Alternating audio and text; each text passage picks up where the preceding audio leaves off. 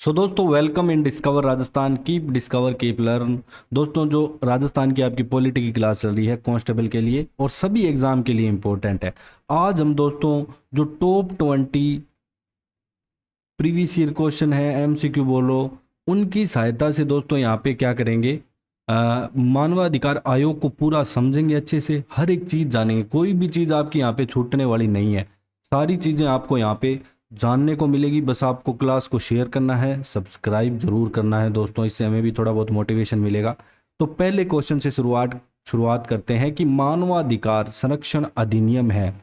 अब आपसे ये पूछा गया है कि जो मानव अधिकार है, जहाँ भी मानवों का हनन, मानव अधिकारों का दोस्तों यहाँ पे हनन होता है, वहाँ पे दोस्तों उस उनके लिए यहाँ पे ये अधिनियम लाया गया है उनके अधिकारों को बचाने के लिए। तो ये अधिनियम कब का है, सबसे पहले तो यही पूछेगा आपसे।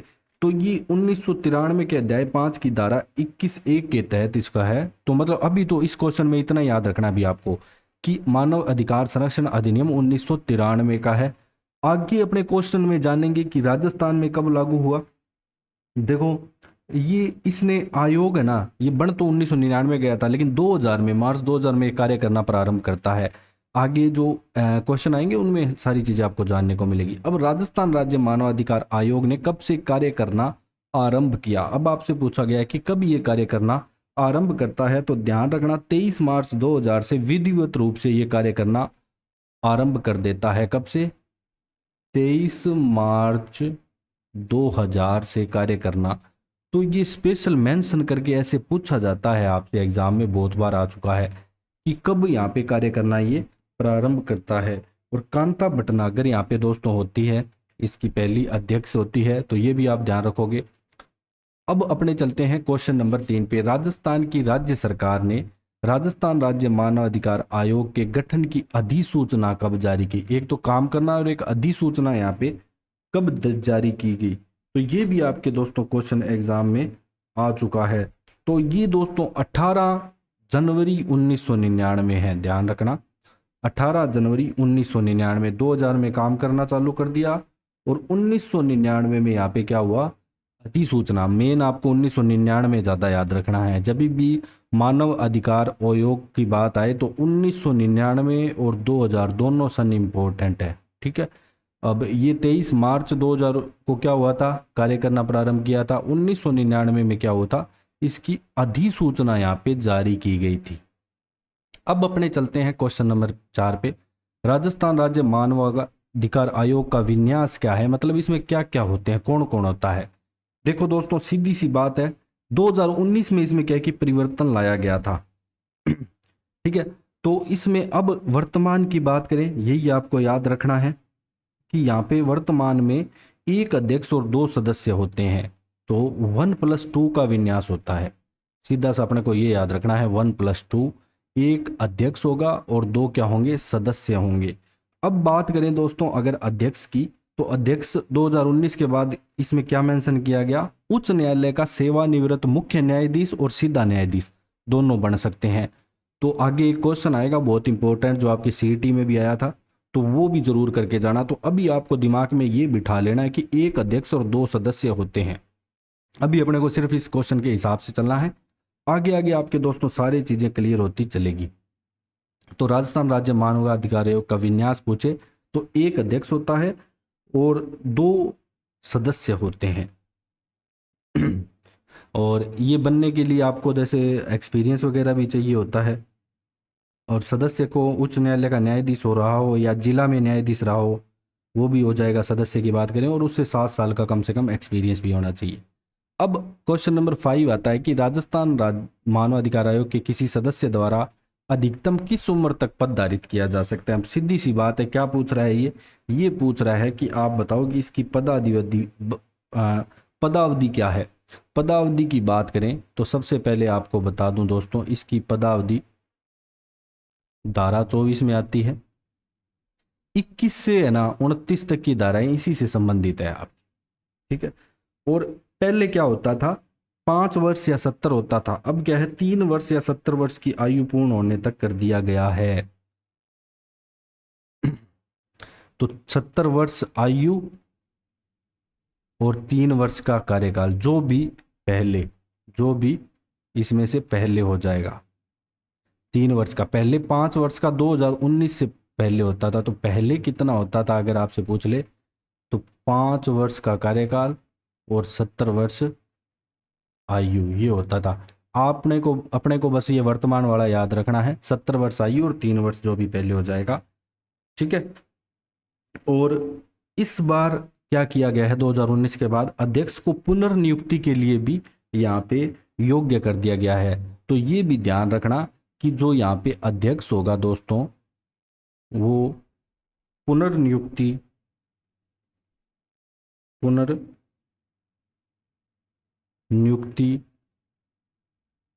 हेतु योग्य होगा।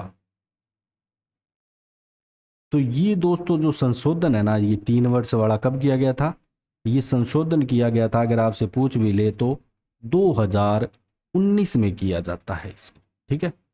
अब अपने चलते हैं दोस्तों क्वेश्चन नंबर 6 पे कि राजस्थान राज्य मानवाधिकार आयोग के, अब अपने को अध्यक्ष की नियुक्ति करनी है। राज्यपाल द्वारा एक समिति की सिफारिश पे की जाती है। राज्यपाल ही करता है नियुक्ति, तो ये दिमाग में रखना है कि नियुक्ति राज्यपाल करेगा, लेकिन मेन काम कौन करेगी, ये समिति करेगी, जिसका अध्यक्ष कौन होता है, मुख्यमंत्री होता है। तो ये इंपॉर्टेंट यहाँ पे हो जाता है। तो इसका अध्यक्ष कौन होता है, मुख्यमंत्री होता है। अगर अपने बात करें ये किस में आता है, ये धारा 22 में आता है। तो ये राज्यपाल द्वारा एक समिति की सिफारिश पे नियुक्ति की जाती है। तो अध्यक्ष व सदस्यों की नियुक्ति अगर पूछ ले ये, तो ये आपके किस में आती है, धारा 22 में।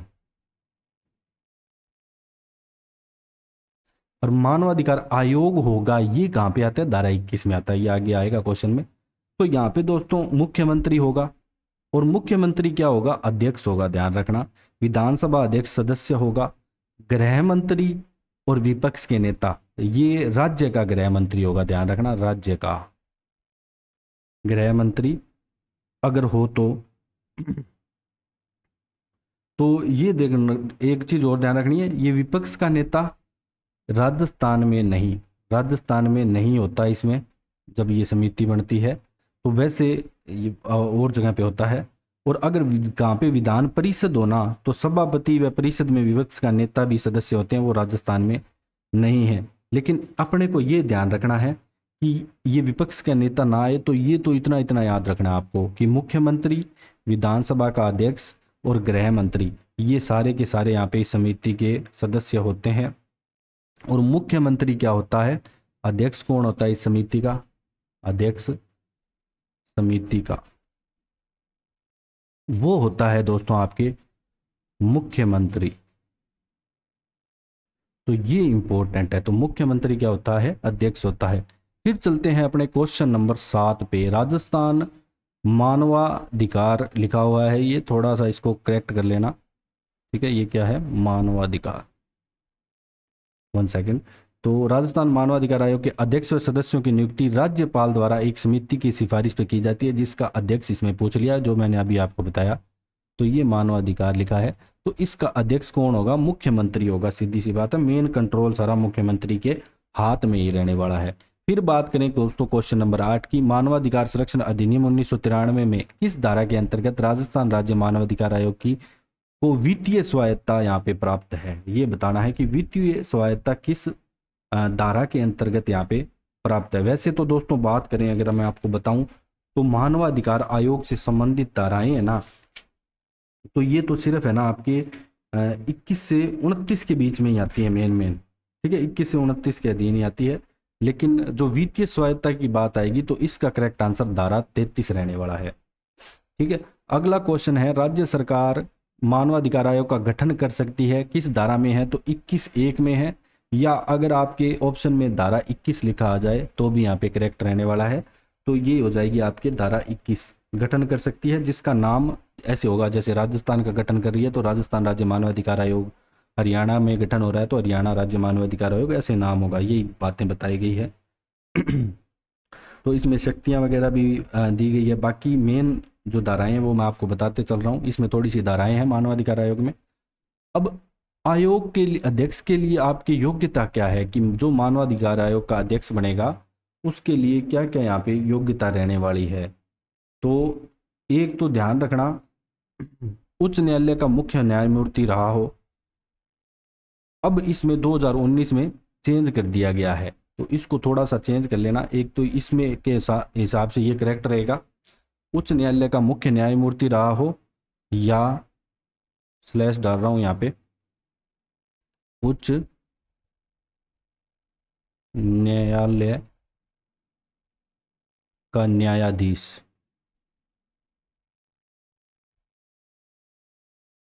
रहा हो, या सेवानिवृत्त भी आ सकता है, रहा हो की जगह क्या आ सकता है, सेवानिवृत्त न्यायाधीश भी आ सकता है। तो दोनों ही कंडीशन यहाँ पे क्या होगी दोस्तों, सही हो जाएगी।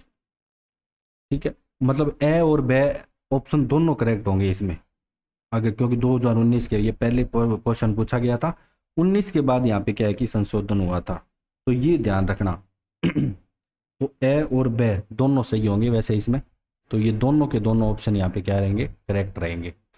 और यहाँ पे इसको देख सकते हो, तो अभी मैंने आपको बताया है दोनों कंडीशन, तो इन दोनों चीज़ों को दिमाग में फिट कर लेना। उच्च न्यायालय का मुख्य न्यायमूर्ति भी और सीधा न्यायाधीश दोनों यहाँ पे अध्यक्ष बन सकते हैं, और सेवानिवृत्त ये जरूर ध्यान रखना। राज्य आयोग के अध्यक्ष व सदस्यों का हटाए जाने का उपबंध दोस्तों किस धारा में आता है, तो ये दोस्तों आपके धारा आएगी धारा 23। कौन हटाएगा, राष्ट्रपति हटाएगा कदाचार साबित होने पे। अब यहाँ पे हटाएगा कौन, राष्ट्रपति। नियुक्ति राज्यपाल कर रहा था, जैसे आरपीएससी के अध्यक्ष की करता है, उनको हटाया राष्ट्रपति द्वारा, सेम वैसे ही। तो कब हटाएगा, जब कदाचार साबित होने पे, सिद्ध होने पे लिख सकते हैं, सिद्ध होने पर। अब अपने बात करें क्वेश्चन नंबर 12 की दोस्तों, राज्य आयोग के सदस्यों का जो कार्यकाल है, निबंधन है, उनकी शर्तें, कर्मचारी वृंद है, ये दोस्तों किस धारा में आते हैं, तो ये सब दोस्तों आपके धारा 24 में आते हैं इसके। फिर बात करें दोस्तों, निम्न में से कौन सा एक राज्य मानवाधिकार आयोग का कार्य नहीं है। यहाँ पे अलग अलग कार्य दे रखे हैं, तो मानव अधिकारों के उल्लंघन की स्वेच्छा से जांच ये करता है, बिल्कुल सही है। कोई जेल को देख सकता है कि कैदियों के साथ कोई अन्याय नहीं हो रहा, मानव अधिकारों की सुरक्षा का पुनर्वलोकन कर सकता है, लेकिन सजा वगैरह देने का काम ये नहीं करता दोस्तों। तो नहीं है, आपसे पूछा गया है, तो सजा वगैरह ये नहीं देता, सीधी सी अपने दिमाग में ये रखनी है चीज़। फिर बात करें दोस्तों, राज्य मानवाधिकार आयोग के प्रथम अध्यक्ष कौन रहे हैं, तो ये दोस्तों आपकी सुश्री कांता भटनागर रही है, जस्टिस कांता भटनागर, जो कि 23/3/2000 से 11/8/2000 तक रही है। कब से, 23/3/2000 से 11/8/2000 तक। ठीक है, सबसे छोटा कार्यकाल पूछ ले तो इनका ही आएगा। अब आपको कमेंट में ये बताना है कि वर्तमान में इसके अध्यक्ष कौन है, तो ये तो आप कर सकते हो, आराम से बता सकते हो इसको। और संयुक्त राष्ट्र है ना दोस्तों, वैसे 1948 में इस मानव अधिकारों को परिभाषित कर देता है, इतना आपको डीप में जाने की जरूरत नहीं है अभी। ठीक है, अभी तो बस इतनी चीज़ों को जान लो कि अध्यक्ष सदस्य कितने होते हैं मोटा मोटा, ठीक है, और कौन बन सकता है अध्यक्ष, समिति कौन सी होती है, जो आपके राजस्थान के। अब कौन सा कथन राज्य मानवाधिकार आयोग के बारे में सही नहीं है, ये अन्य सदस्य व उच्च न्यायालय जिला न्यायालय के मजिस्ट्रेट रहे हों, सही नहीं है, बताना है। जो अन्य सदस्य हैं वो इनमें से सिलेक्ट हो सकते हैं। अध्यक्ष व अन्य सदस्यों की नियुक्ति गवर्नर द्वारा की जाती है। यह एक बहुसदस्यीय निकाय है जिसमें एक अध्यक्ष 2 सदस्य होते हैं। तो ये तीनों कथन सही है, लेकिन चौथे कथन में क्या आ गया, अध्यक्ष उच्चतम न्यायालय का सेवानिवृत्त न्यायाधीश होता है। लेकिन इसके साथ साथ दोस्तों न्यायाधीश ही नहीं होता, लेकिन मुख्य न्यायाधीश भी होता है, तो इसलिए ये गलत हो जाएगा ये कथन।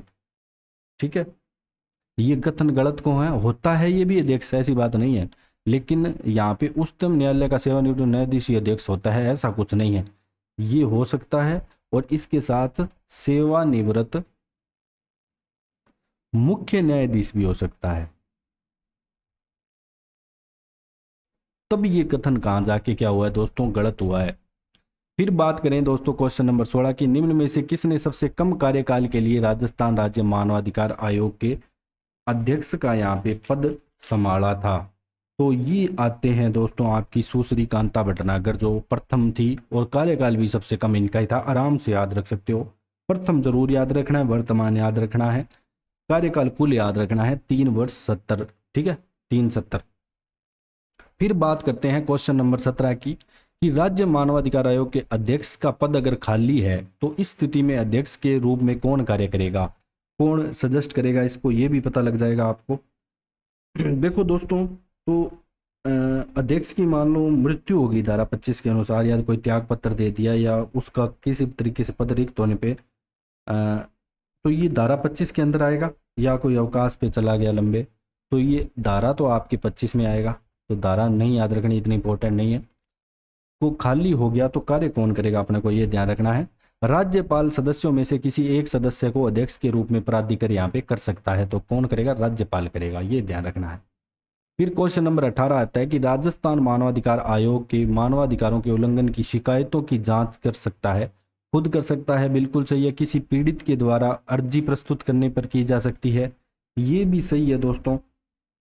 और किसी पीड़ित की ओर से कोई व्यक्ति अगर अर्जी दे रहा है तो भी यहाँ पे प्रस्तुत किए जाने पे तो सही विकल्प चुनना है, तो फोर्थ ऑप्शन सही हो जाएगा। फिर बात करेंगे दोस्तों क्वेश्चन नंबर 19, राज्य मानवाधिकार आयोग अपना वार्षिक प्रतिवेदन देता है।